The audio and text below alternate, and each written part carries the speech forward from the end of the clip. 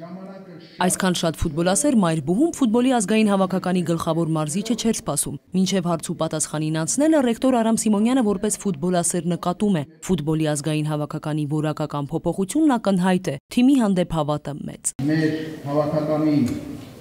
հանդիպումները եւ նաեւ 2012 թվականի սկզբի այն ընկերական հանդիպումները, որտեղ ունեցան Կիպրոսում, մեզ ոչ միայն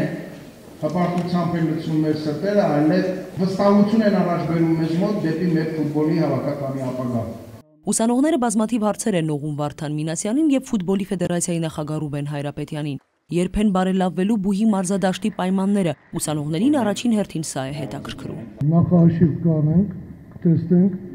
ինչեւ ես խոստանում ձեր դալիճը վերակառուցել։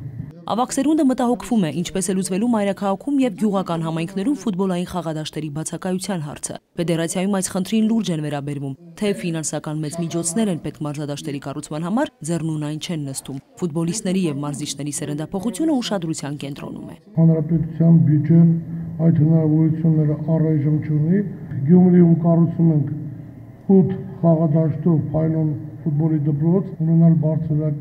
մանկապատանեկան մարզիչներ, որը ցավոք սրտի մեր երկրում շատ քիչ է։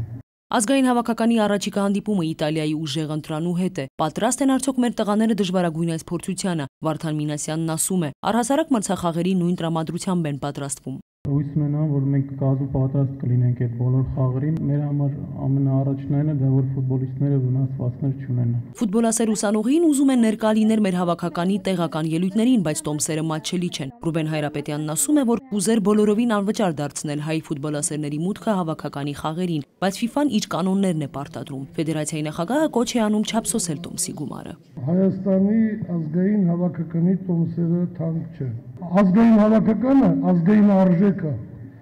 Ազգային հավաքականին երկրպագելը,